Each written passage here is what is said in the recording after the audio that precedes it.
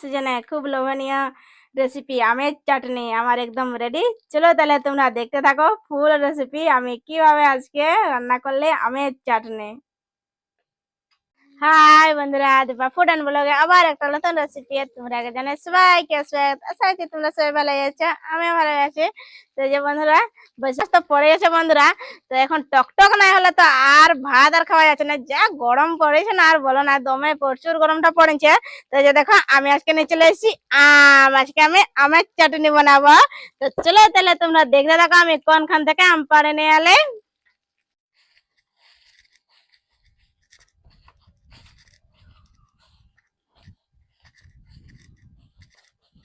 আমি তো সব গাছকে দেখে নিলাম, তো এই গাছটা একদম সামনে থেকে আম আছে। তো এই যে দেখো আমি লাঠি নিয়ে চলে এসেছি, এমনি তো পাড়া মুশকিল আছে, তো এই লাঠির সাহায্যে আমি পাড়ে নেবো। তো দেখছি কোনটা বড়, দেখছো না দমে ধরেছে এই গাছটায় আম, একদম সামনে থেকে আছে। এই আম গাছটা দেখো, এই আমটা একদম ফাটে গেছে, এটা নষ্ট হয়ে গেছে। আমি এটা পাড়ে নিবো। এই দেখ একটা পড়লো, আরেকটা আমি পাড়ে নিবো।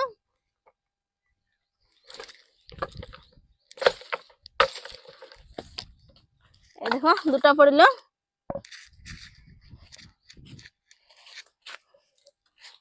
এই দেখো সাইজ গাম বড় বড় সাইজ হয়ে গেছে আম গা। তো আমি দুটা পাড়ে নিয়েছি। এই দেখো আরেকটা আমি পাড়ে নিবো। দেখো আমার আম পাড়া একদম কমপ্লিট হয়ে গেছে, আমি 4টে আম পাড়ে নিয়েছি। এই আমার হয়ে যাবে আজকের রেসিপি। তোমরা তো দেখলে আমি কোনখান থেকে আম পাড়ে নিয়ে চলে গেলে। তো এখন আমগাকে সর্বপ্রথম আমি একে ছুলে নিব। সাইজটা দেখো বড় বড় হয়ে গেছে সাইজটা, কিছু বড় কিছু ছোট আছে। তো এই যে দেখো উপর থেকে পড়েছে, তার জন্য আমটা এখানে ফাটে গেছে। তো এটাকে আমি ছাঁচে নিব ছাঁচনির সাহায্যে। তারপর এটাকে আমি কাটে নিব আমটাকে। তো সর্বপ্রথম এখন ছাঁচে নিচ্ছি।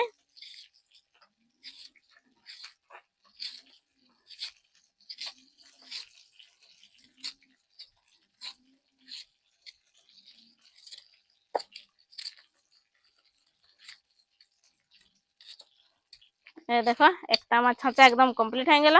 আমি এইভাবে সব গাছ ছাঁচে নিব।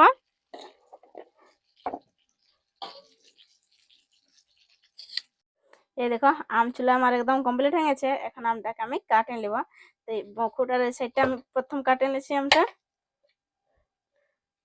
এখন বিচে বিচে কাটে নিব।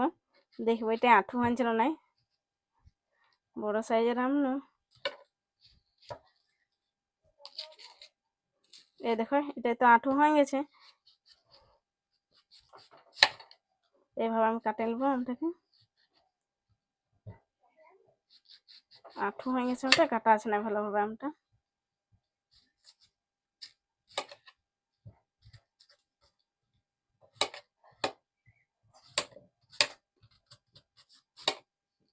এই দেখো একটা আম কাটে নিয়েছি, তো এটাকেও কাটে নিব। তো এটা আঁঠু হয়ে গেছে, তার জন্য এই যে দেখো আমি সাইডে সাইডে আমটার চারিপাশটা কাটে নিয়েছি। দেখছো না কি সুন্দর একদম আছে।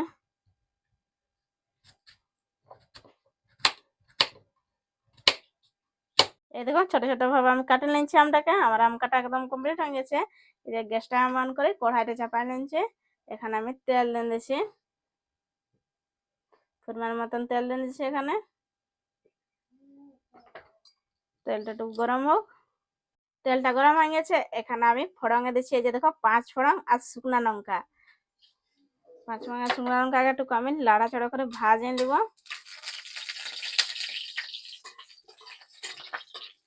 লঙ্কাকে যেমন টুকু লাল লাল করে হয়ে যাবে আমার ভাজা যায়। এই দেখো সব একদম ভাজা হয়ে গেছে। এখানে আমি আম গা দিয়ে দেবো। এই দেখো আম গা আমি আগে কাটে কুচি কুচি করে রাখেছিলে, আম গা আমি এখানে দিয়ে দিচ্ছি। এখানে নুন দিয়ে দেবো আমি, যার বাদে জায়গাটা একটু লাড়াচাড়া আমি করে নিচ্ছি। এই দেখো আম গাকে একটু আমি লাড়াচাড়া করে ভাজে নিলে, নুন দিয়ে আমি একটু ভাজে নিলে, তার বাদে আমি এক এক করে এখন গুঁড়া মশলাকে এখানে দিয়ে নেব। এখানে দেব জিরা পাউডার, হলদি পাউডার, ধনিয়া পাউডার, এখানে লঙ্কার গুঁড়া দিয়ে নাড়াচাড়া আমি করে ইয়াকে ভাজে নেব।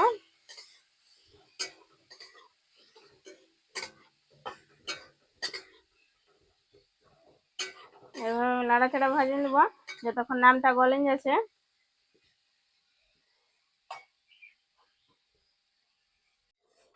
এই দেখো আমি এইভাবে লাড়াচাড়া করতেছিলি, লাড়াচাড়া করে একদম ভাজে নিলে তো দেখছো না কি সুন্দর একদম মেল্ট হয়ে গেছে। এখানে একটু জল দিয়ে দিব, অল্প পরিমাণে এখানে জল দিয়ে দিচ্ছি।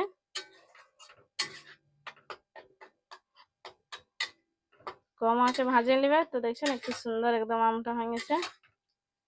কালারটা দেখো কি সুন্দর আসছে।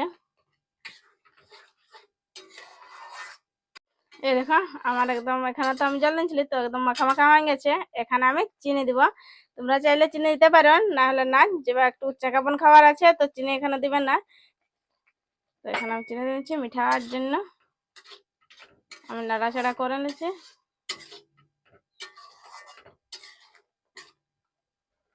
উপর থেকে আমি দুটো এলাচ এখানে দিয়ে দেবো ছিঁড়ে ছিঁড়ে, স্বাদটা বাড়াবার জন্য, দুগুণ বাড়ে যাবে স্বাদটা। এভাবে ছিঁড়ে ছিঁড়ে দুটো এলাচ দিয়ে দিবে।